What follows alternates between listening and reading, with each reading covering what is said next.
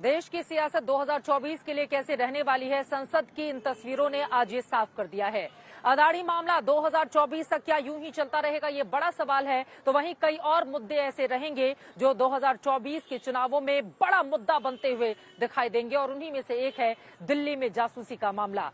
आज दिल्ली बीजेपी की ओर से दिल्ली के सीएम अरविंद केजरीवाल और डिप्टी सीएम मनीष सिसोदिया को लेकर कई गंभीर आरोप लगाए गए। फीडबैक यूनिट के जरिए कैसे जासूसी कराती है दिल्ली सरकार, इसको कहते हुए बीजेपी के नेताओं ने कैसे आरोप लगाया, तो दूसरी तरफ से पलटवार भी किया गया। अब उसको बताती हुई हमारी अगली रिपोर्ट।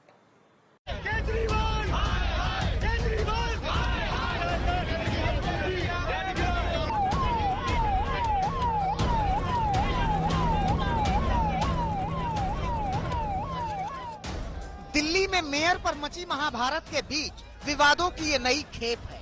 बीजेपी के नेताओं के हाथों में है तख्तियां और तख्तियों पर लिखे हुए हैं आम आदमी पार्टी की सरकार के खिलाफ तेवर। हाथों में दूरबीन लेकर प्रदर्शन कर रहे बीजेपी नेता आरोप लगा रहे हैं कि केजरीवाल सरकार बीजेपी के नेताओं की, अधिकारियों की, जजों की और नामचीन लोगों की जासूसी करा रही है। आम आदमी पार्टी को फीडबैक यूनिट बनाने की जरूरत क्या थी? सीक्रेट सर्विस फंड की जरूरत क्या थी?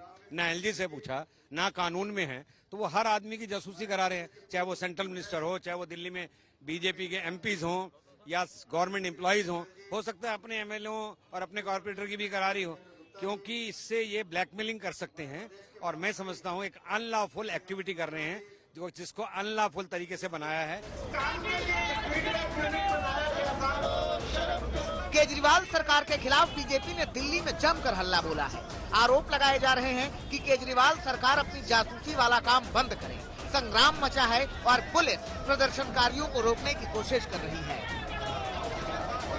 फिलहाल अभी आप देखेंगे कि यहाँ पर अब मैं आपको तस्वीरें दिखाऊंगा कैमरा पर्सन से। अब पुलिस जो है वो तमाम जो लीडर सड़कों पर बैठे थे उनको यहाँ पर डिटेन करती हुई यहाँ पर नजर आ रही है। वीरेंद्र सचदेवा जो पार्टी के वर्किंग इस वक्त जो प्रेसिडेंट हैं दिल्ली बीजेपी के, उनको यहाँ पर डिटेन जो है वो किया जा रहा है पुलिस की तरफ से, क्योंकि सड़क पर बैठ गए थे।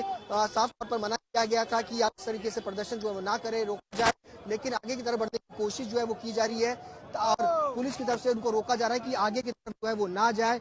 भारी पुलिस बंदोबस्त पुलिस चाह रही है कि लगातार इनको जो है वो रोका जाए। आप देखिए कि दिल्ली पुलिस के खुद आला अधिकारी जो है वो लगातार बातचीत करने की कोशिश कर रहे हैं कि आगे ना जाए। बीजेपी आरोप लगा रही है कि जब दिल्ली में पहले से विजिलेंस डिपार्टमेंट है तो फिर केजरीवाल सरकार ने फीडबैक यूनिट का निर्माण क्यों किया? हमारा बड़ा सीधे से चार छोटे से सवाल है। जब दिल्ली में विजिलेंस डिपार्टमेंट है, दिल्ली सरकार के पास एसीबी है, तो अरविंद केजरीवाल को एफबीयू बनाने की जरूरत क्या थी? फीडबैक यूनिट बनाने की जरूरत क्यों थी? और जब फीडबैक यूनिट बना दिया तो उसकी कोई एडमिनिस्ट्रेटिव सैंक्शन थी क्या? अगर है तो दिखा दें। दूसरा हमारा सवाल है कि उसमें जो सीक्रेट सर्विस फंड वो जो आया है वो क्या है? अब पूरा मामला समझ लीजिए जिसने हंगामे को यहाँ तक पहुँचाया है। अरविंद केजरीवाल की सरकार ने 1 फरवरी 2015 को एफबीयू यानी फीडबैक यूनिट बनाया। 2016 में सतर्कता विभाग के अधिकारी ने यूनिट के खिलाफ शिकायत दर्ज कराई। शिकायत में आरोप लगाया गया कि इस यूनिट से जासूसी कराई जा रही है। विवाद बढ़ा तो उपराज्यपाल ने यूनिट को बंद करने के आदेश दे दिए। उपराज्यपाल ने जांच का जिम्मा सीबीआई को सौंपा था। अब सीबीआई ने फीडबैक यूनिट वाले मामले में दिल्ली के डिप्टी सीएम मनीष सिसोदिया के खिलाफ केस दर्ज करने की इजाजत मांगी है, जिस पर आम आदमी पार्टी भड़की हुई है। मनीष सिसोदिया के खिलाफ केस दर्ज करने के लिए एलजी से अनुमति मांगी। अरे रोज ड्रामा करते रहते हैं। विपक्ष के लोगों को तो फांसी पे चढ़ाना चाहते हैं। उनका वो आप धन्यवाद दीजिए उनका कि वो सिर्फ जांच करा रहे हैं। कल को हो सकता है वो कहें कि यहीं पार्लियामेंट में सबको फांसी लगाई जाएगी, तब भी मुझे कोई आश्चर्य नहीं होगा। कराने दीजिए जांच। आम आदमी पार्टी आरोप लगा रही है कि बीजेपी उन्हें परेशान कर रही है, जबकि यूनिट को लेकर बीजेपी कुछ सवाल पूछ रही है। मसलन एसीबी और सतर्कता विभाग के होते हुए भी केजरीवाल सरकार ने सेवानिवृत्त लोगों को लेकर एफबीयू की स्थापना क्यों की? एफबीयू स्थापना के पीछे केजरीवाल सरकार का क्या मकसद था? क्या केजरीवाल सरकार के राजनीतिक विरोधियों पर नजर रखना इसका मकसद था? सीबीआई जांच में सामने आया कि एफबीयू ने केजरीवाल सरकार को करीब 700 रिपोर्ट दी। मुख्यमंत्री बताएं कि उन पर क्या कार्रवाई हुई। सवाल इस यूनिट को मिलने वाले फंड पर भी है। बीजेपी आरोप लगा रही है कि यूनिट को 1 करोड़ रुपए का फंड दिया गया, जिसे सीक्रेट फंड कहा गया। ये पैसा कहां से आया?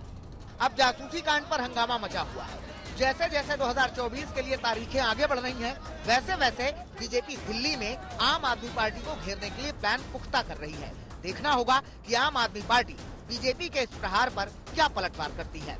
सुशांत मेहरा और राम किंकर सिंह के साथ पंकज जैन, दिल्ली आज तक।